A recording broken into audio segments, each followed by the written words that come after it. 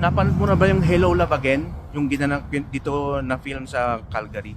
Kung hindi pa, panoorin mo para ma-relate ka sa mga sinasabi ko. At kung hindi ka pa naka-follow, i-follow mo na ako para alam mo rin kung ano yung mga susunod na pupuntahan ko. So yan, yung movie na yan. Di ba nag-con sila, nag-saya-saya yan, nag-park-con sila, park, nag-picnic. Pupuntahan natin yan, iimbestigahan natin kung saan nila nakakita na puntahan yan. So yung sa kanila, background nila, yan yung mga building na yan. Ito mga yan, yung hagdan-hagdan na building, yan yun eh.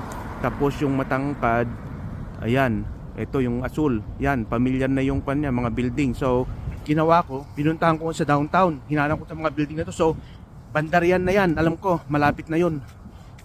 Puntahan natin, okay? So, yan mga kabayani, nasa likod na natin yung, yan, yung kwan, hagdang pala yan, hindi, hagdang building. So, saan sila nagpicnic? Baka banda ron para kita yan. Nasa left nila yan eh. So yung mga building yan. So yeah, tara, let's go. Malapit na tayo. Ari na nga. Ito na mga kabayani. Yan, pumasok sila dyan. Yan, dito nila kinuha na. Yan. Yan, di ba yan? Mga gansa pa eh. So mga kabayani, ito ulit inyong paboritong investigador, Bayani Octavio. Okay, so susunod, magkuhan ka na kung hindi ka pa naka-join, hindi ka pa nakapag-subscribe sa akin o naka-follow, follow mo na ako kagad para mapuntahan po natin ibang lugar dito sa Calgary. Ang ganda rin dito eh. Ayan.